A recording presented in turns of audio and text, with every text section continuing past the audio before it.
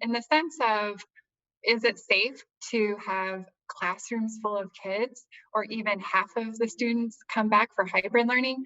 That's what I'm saying is we're not ready, that it's not safe for that type of instruction to take place. I do still support that in some that there can be targeted support services for as like a safety net for kids that truly need services that cannot be provided virtually. And because our schools do offer some critical services for kids, or it could be also providing a place for essential workers kids to go. So there it is very nuanced. But I just wanted to put out there that as we're getting ready to see what the metrics are, and as I examine all the available data, I just wanted to help set the stage and embrace our schools and our families of what I was anticipating to come. If a district decides that within its community it is safe and according to their local health department, they can move forward with in person instruction, do you support that or would you still discourage it? I would say as long as they are adhering to the metrics and working in conjunction with their county health department, then I would support that.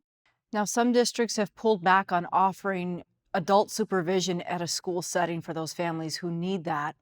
What becomes of those families who are working and need a place to send their child to receive safe supervision during the school day?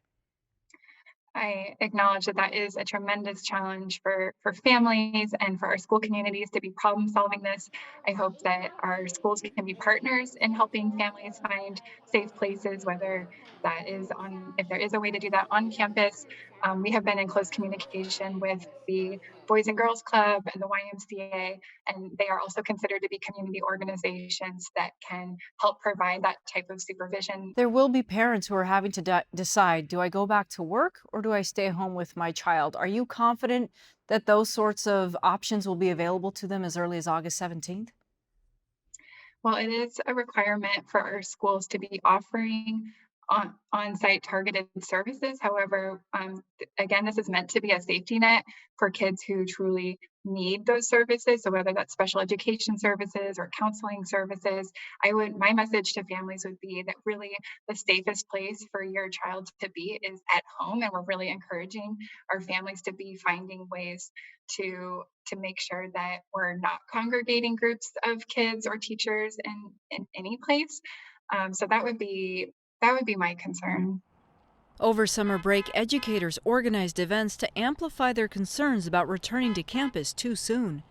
But I had 34 kids in my class last year, and so it would be physically impossible to distance that many kids. And it's heartbreaking not to get to start this year with my new group of fifth graders, but I love them, and so that's why I want to keep them safe. I know teachers who have retired because of it. You know, they've got their 80 points on and they would have stayed longer. They enjoy what they do, but they can't risk it.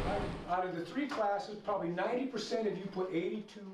This to me is one of the most devastating impacts of COVID-19 is I have heard from districts across the state that they have had teachers resign, they have had teachers retire.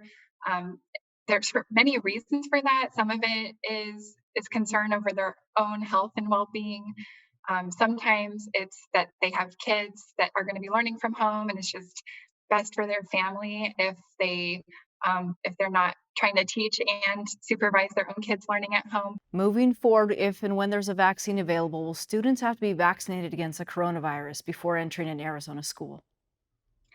It's likely that we will be headed in that direction. I haven't been part of those types of conversations with the Department of Health Services at this time, but that's definitely something that I would support.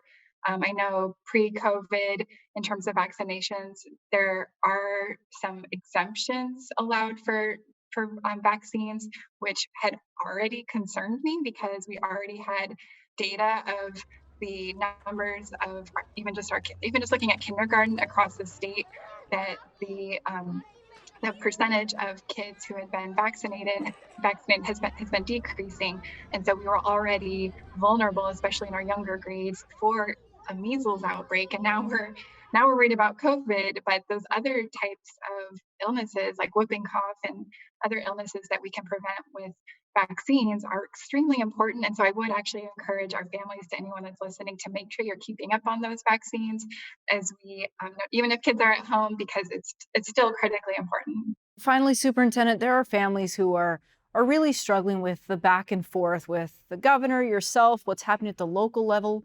What is your message to them, given all the unknowns that continue to evolve here?